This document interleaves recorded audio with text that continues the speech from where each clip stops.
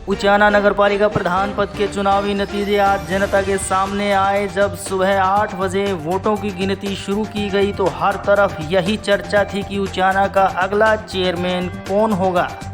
वोटों की गिनती के दौरान सिलसिलेवार 5 राउंड में गिनती खत्म की गई और आखिरी राउंड में निर्दलीय उम्मीदवार विकास काला को 626 मतों से विजयी घोषित किया गया।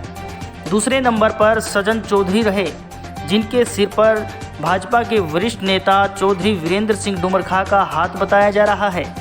वीरेंद्र डुमरखा के कार्यकर्ताओं ने सजन चौधरी के लिए वोट अपील भी की थी।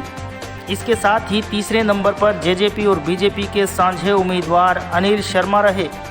जेजेपी ने इस चुनाव में अपने उम्मीदवार को जिताने के लिए पूरी ताकत झोंक दी थी।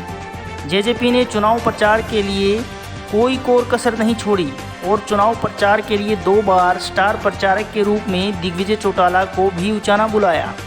जेजेपी और बीजेपी के साझे उम्मीदवार को जनता ने सिरे से खारिज कर दिया और निर्दलीय और युवा चेहरे विकास काला को मौका दिया।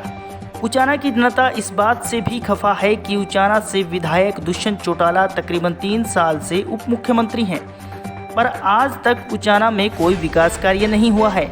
उचाना की जनता ने बताया कि दुष्यंत चौटाला को उचाना से भारी बहुमत से जिताया गया था। जीत के बाद वो चंडीगढ़ जाकर बैठ गए और 3 साल बीत जाने के बाद भी आज तक उचाना में धन्यवाद दौरा तक नहीं किया। जनता ने जेजेपी और बीजेपी और वीरेंद्र डुमरखा के नज़दीकी उम्मीदवारों को हराकर ये तो साबित कर दिया है कि उचाना किसी राजनेता या किसी राजनीतिक पार्टी की जागीर या विरासत नहीं है। राजनीतिक गलियारों में उचाना का नाम सबसे पहले लिया जाता है, पर विकास के नाम पर उचाना को ठेंगा मिला है।